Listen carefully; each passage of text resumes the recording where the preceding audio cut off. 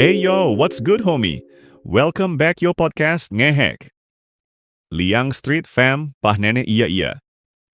Hari ini lu nongkrong bareng gue, Rocky, asisten dari Ngehek Squad. Dan kita bakal cerita hal yang menurut gue keren. Perjalanan hip-hop di negeri Liang. Gue pengen lo bayangin gimana suasananya waktu hip-hop pertama kali dikenalin sama anak-anak sini. Dan kenapa sampai sekarang budaya ini tetap nempel. Meski semuanya ngalir tanpa ribet. Jadi, gini bro. Kalau mundur balik ke era 90-an sampai awal 2000-an, di negeri Liang itu belum ada tuh yang namanya komunitas. Belum ada kongko bareng buat nulis lirik atau manggung, apalagi produksi lagu sendiri kayak di kota besar. Yang ada cuma semangat. Anak-anak suka banget sama hip-hop, tapi bentuknya sangat sederhana. Semua awalnya terjadi dari hal kecil. Musik masuk lewat tape atau radio tua, dan yang paling menonjol justru demam dance-nya. Istilah Jeko meledak, plesetan dari Michael Jackson, walaupun lagunya bukan lagu beliau. Di mana-mana tiap nongkrong atau acara kampung, pasti ada anak yang tampil Jeko, gaya nari dengan percaya diri, kadang sepatu pinjem, kadang lompat sendiri di tengah lapangan. Tapi kalau urusan musik, lucunya justru yang sering diputer, waktu itu bukan nama-nama rap Amerika kayak Eminem atau Tupac, soalnya di Liang influence-nya beda. Yang booming malah lagu-lagu kayak JTL, terutama My Con. Lagu itu, gue inget banget, jadi anthem. Tiap ada acara atau sekedar nongkrong di ujung jalan, pasti deh keluar dari speaker kecil. Semua berlomba gaya, joget bareng, bahkan ada yang sampai ngulang-ngulang koreografi dari klipnya walaupun setengah paham. Nah, menariknya, spirit hip-hop di Liang lebih soal ngumpul, nari, seru-seruan bareng. Belum ada yang kepikiran bikin lirik sendiri. Belum ada komunitas kayak kota-kota besar yang sering ngadain battle rap atau event manggung. Tapi semangat kebersamaannya justru terasa banget. Satu lagu bisa diputer berulang-ulang dan jadi pengikat, kayak password sederhana buat solidin tongkrongan.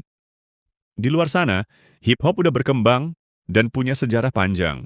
Dari Bronx, New York, tahun 70-an, terus meledak di seluruh dunia. Hip-hop Amerika punya dua vibe besar kalau lo perhatiin. West Coast dan East Coast. West Coast kayak Tupac dan Dr. Dre, lagunya berasa chill, banyak angkat cerita party atau hidup di LA.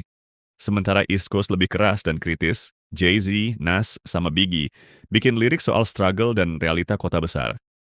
Tapi di Liang, mayoritas nggak terlalu mikir genre selama lagunya asik buat joget. Bergeser ke hari ini, gue makin salut. Karena dari budaya yang awalnya sekadar suka dance dan dengerin lagu bareng, sekarang pelan-pelan lahir anak-anak hip-hop baru yang pengen lebih. Di sini ada nama kayak B-Boy, CJ, dan 1D.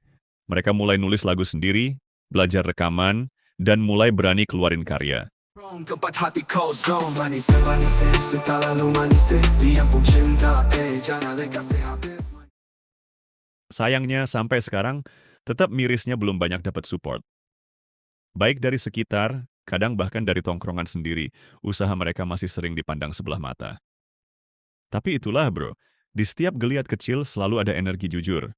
Nyoba rekaman pakai HP seadanya, kadang cuma didengerin temen deket, tapi tetap jalan. Tetap berkarya tanpa nunggu tepuk tangan. Selain itu, selera anak negeri Liang juga mulai plural. Kalangan muda makin suka dengerin rap timur. Nama kayak Kaylan Boy atau KB, jadi makin sering disebut, kadang disamain dengan Zayn Panzer. Padahal, ranah rap timur itu lebih luas banget dari sekedar dua nama itu. Tapi lo bisa rasain, musik dan gaya mereka ngefek ke arah mana anak-anak tongkrongan nentuin referensi. Sementara, kalau soal barat, yang eksis di obrolan biasanya ya yang rame disebut di TV, kadang Eminem, kadang Tupac, padahal legend kayak Anna Bioxy alias Nigga with Attitude itu juga gede banget di sejarah hip-hop dunia. Sayangnya, yang bikin unik ya cara konsumsi anak liang. Apa aja yang asik dan seru langsung rame dan diangkat, nggak ribet mikirin aliran dan orisinalitas kayak di komunitas hip-hop kota. Sebenarnya, kalau dipikir-pikir, pola kayak gini mirip juga sama apa yang terjadi waktu hip-hop masuk ke Indonesia. Referensinya nggak selalu yang original, kadang justru adaptasi dan rasa lokal yang bikin sesuatu bertahan lama. Di Indonesia sendiri, nama-nama kayak Iwaka, Saikoji, Neo, dan Blakumu mewarnai perjalanan hip-hop lokal, bahkan sampai jadi wadah buat protes dan ekspresi anak muda terhadap apapun yang mereka anggap penting.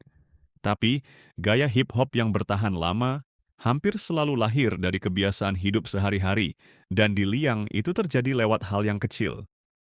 Ngumpul di lapangan, dengerin lagu, adu gaya Jeko, sampai akhirnya ada juga yang memberanikan diri nulis lagu, walaupun belum ada studio proper.